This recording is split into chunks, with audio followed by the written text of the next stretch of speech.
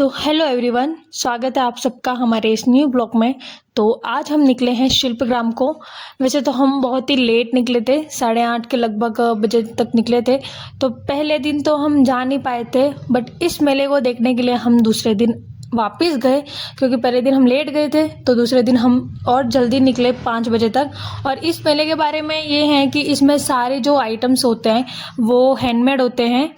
इस टाइम ना उदयपुर में बहुत अलग अलग राज्यों से लोग आए हुए थे घूमने के लिए, क्योंकि यहाँ पे स्पेशली उदयपुर ये वेकेशन में लोग घूमने आते हैं और बहुत ही ज़्यादा ट्रैफिक थी।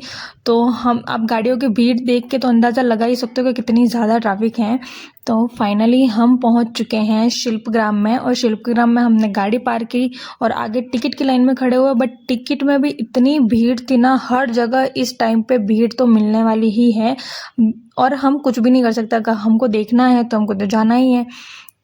तो सबसे पहले हम जब इंटर हुए तो यहाँ पे कोई ट्रेडिशनल डांस चल रहा था, तो जो ख़त्म हो चुका था। यहाँ पे अलग अलग फूड आइटम है। ऐसा नहीं है कि ये सिर्फ राजस्थान में है तो सिर्फ राजस्थान को डेडिकेट है, ऐसा नहीं है, ये हर स्टेट को डेडिकेट है। यहाँ पे अलग अलग जगह से लोग आए हुए हैं, और यहाँ की जो स्टॉल लगी हुई है वो भी सिर्फ एक ही कल्चर को प्रमोट नहीं करते, ये हर कल्चर को प्रमोट करती है। यहाँ का खाना, यहाँ का ड्रेस, यहाँ की वाइब, यहाँ का ट्रेडिशन, कल्चर, हर चीज़ अलग अलग स्टेट को डेडिकेट है। और यहाँ पे जो ये ज्वेलरी देख रहे हो, कपड़े देख रहे हो, ये सारी हैंडमेड है।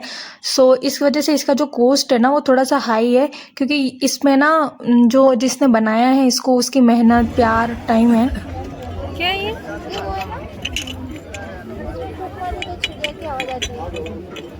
ये तो शायद साबुन रखने का, अगरबत्ती स्टैंड। अगरबत्ती के लिए ये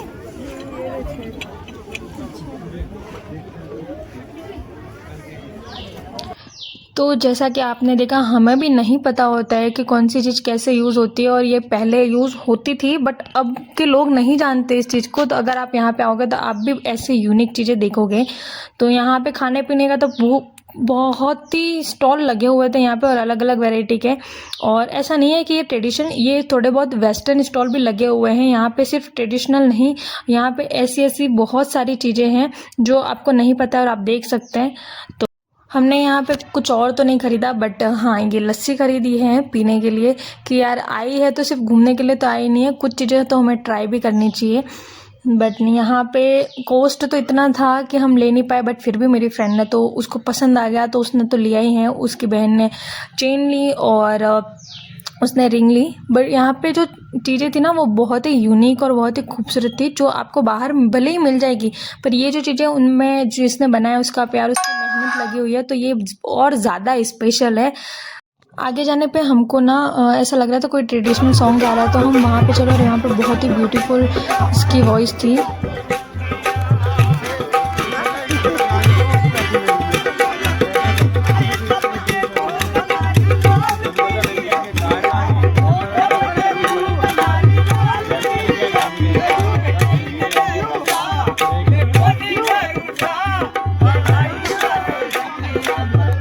और अगर आप यहाँ पे आते हो ना और यहाँ से कुछ लेते भी हो, तो आप सिर्फ अपने कल्चर को नहीं प्रमोट कर रहे हो, आप उन छोटे छोटे जो स्टॉल लगाए हुए हैंडमेड चीज़ें जो बनाते हैं उनको भी प्रमोट कर रहे हो। और यहाँ पे ऐसी बहुत सारी यूनिक चीज़ें आपको दिखने को मिल जाएंगी जो आपको नॉर्मली मार्केट में नहीं मिलते हैं। यहाँ पे छोटे छोटे बच्चों के ट्रेडिशनल ड्रेस देखने को मिल रहे थे, और बहुत ही खूबसूरती के साथ इसको बनाया गया था। और हम तो आगे बढ़ ही रहे थे, अलग अलग चीज़ें हमको दिख ही रही थी। और यहाँ पे मैं बहुत ही ज़्यादा थक चुकी हूँ चल चल के, क्योंकि ये इतना बड़ा है ना कि आप चाहो तो भी इसको ख़त्म एक दिन में तो नहीं कर सकते, और आपको पता नहीं है कि कौन सी चीज़ कहाँ है। तो भाई आप कुछ ना कुछ तो छूटने ही वाला है आपका, क्योंकि ये इतना बड़ा है और यहाँ पे इतनी सारी चीज़ें हैं ना कि आप किस किस को क्या क्या देखोगे। यहाँ पे ये जो पेंटिंग्स लगी हुई है, कुछ तो पेंटिंग्स है और कुछ फोटोग्राफी है, और ये जो पेंटिंग्स बनाई है वो बहुत कमाल की पेंटिंग्स है। और यहाँ पे ना कुछ चीज़ें भी रखी हुई है, जैसे कि उदयपुर का सज्जनगढ़ है, उसका जो मॉडल टाइप का एक छोटा सा बना के रखा हुआ है। पुराने टाइम्स के जो लालटेन होती हैं वो, घंटाघर, ये सब भी वहाँ पे रखा हुआ है।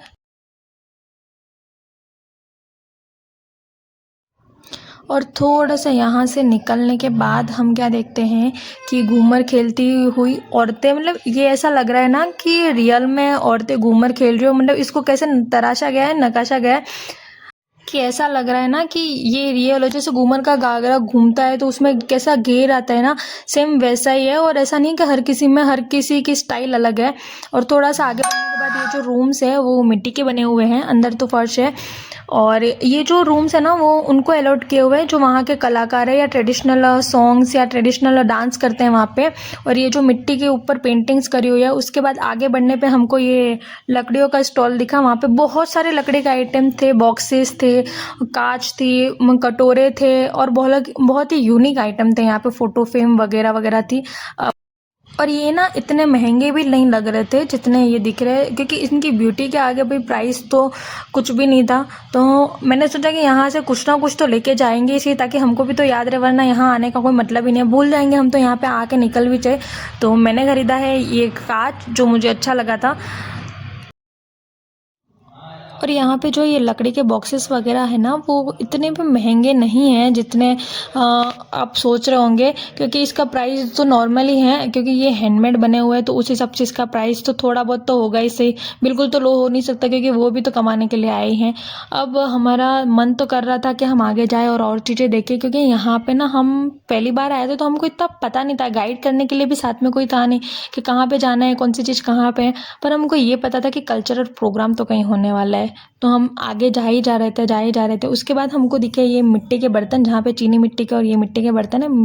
और आपने तो सुना ही होगा कि मिट्टी के बर्तनों में खाने से ना बहुत ही अच्छा रहता है। यहाँ पे मिट्टी के झूमर भी मिल रहे थे, चीनी मिट्टी के झूमर भी मिल रहे थे। और ये हर चीज़ मतलब मुझे लग रहा था कि यहाँ पे मिल रही है, और हर चीज़ अपने आप में यूनिक है। खान पान से लेके कपड़ों तक, ज्वेलरी तक, हर चीज़ अपने आप में यूनिक है। तो मेरी फ्रेंड को खाने थे मालपुए, जिसका वो वेट कर रही थी, तो हमने यहाँ पे गए और यहाँ पे जाके मालपुआ मंगवाए। और ये ना बहुत ही अच्छी तरीके से हमको ट्रीट कर रहे थे। तो मैं तो नहीं खाती मालपुआ, पर आप देख सकते हैं कि मैंने एक बाइट ली और मेरे हाथ में कितना घी हो गया था। हाँ, बाहर की चीज़ें नहीं खानी चाहिए, बट ये तो इतना नहीं था कि आपको हार्मफुल हो, सही था इस हिसाब से तो। और यहाँ पे ये अंकल बच्चों को दिखा रहे हैं खिलौने हैंडमेड। भाई साहब, अब तो मतलब सच में हालत इतनी ख़राब हो गई थी ना कि कहाँ जाना है कहाँ नहीं, कुछ पता ही नहीं चल रहा था। और कहाँ से निकलना है ना ये तो हम भूल ही चुके थे कि हम आए कहाँ से थे। तो हम फटाफट से वापस उसी रास्ते पे जा रहे थे जिस रास्ते से हम आए थे, कि हम कहीं घूम ना जाएंगे, वापस जाना भी है हमको। और चल चल के ना हम बहुत ही थक चुके थे। बट ये आप भीड़ तो देख ही सकते हो, हमको आगे भी नहीं बढ़ा जा रहा था। यहाँ पे ना सिर्फ ऐसा नहीं है कि घी वाला खाना ही है, यहाँ पे हर टाइप का आइसक्रीम, चाइनीज़, हर चीज़ आपको मिल जाएगी। और ये ट्रेडिशनल नहीं, थोड़ा बहुत मॉडर्न भी है, वेस्टर्न भी है, यहाँ पे वेस्टर्न कल्चर भी है यहाँ पे। तो हम ये आगे जा रहे थे और यहाँ पे ना ट्रेडिशनल डांस होते हैं, ये हमने सुना था पर हमको अपना पता नहीं था कि कहाँ होते हैं। तो फाइनली हमको कुछ म्यूज़िक सुनाई दे रहा था तो हम ये आगे गए, तो यहाँ पे ना ट्रेडिशनल डांस हो रहे थे।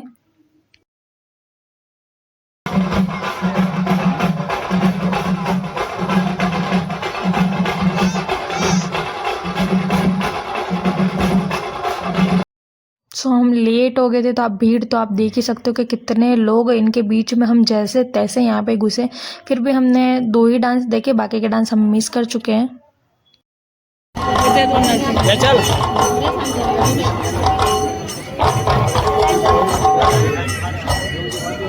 इतना घूमने के बाद भी मतलब ऐसी बहुत सारी चीज़ें हैं जो हमने मिस कर दी है।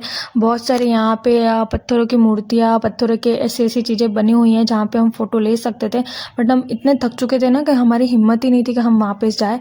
तो हम निकल चुके हैं वापस हमारे घर को, खाना वाना सब बाकी था। और ये हमारी हालत आए तब कैसी थी और जाए तब कैसी है। तो मिलते हैं नेक्स्ट ब्लॉग में, तब तक के लिए आप सब्सक्राइब करें, लाइक करें, शेयर करें। Thank you.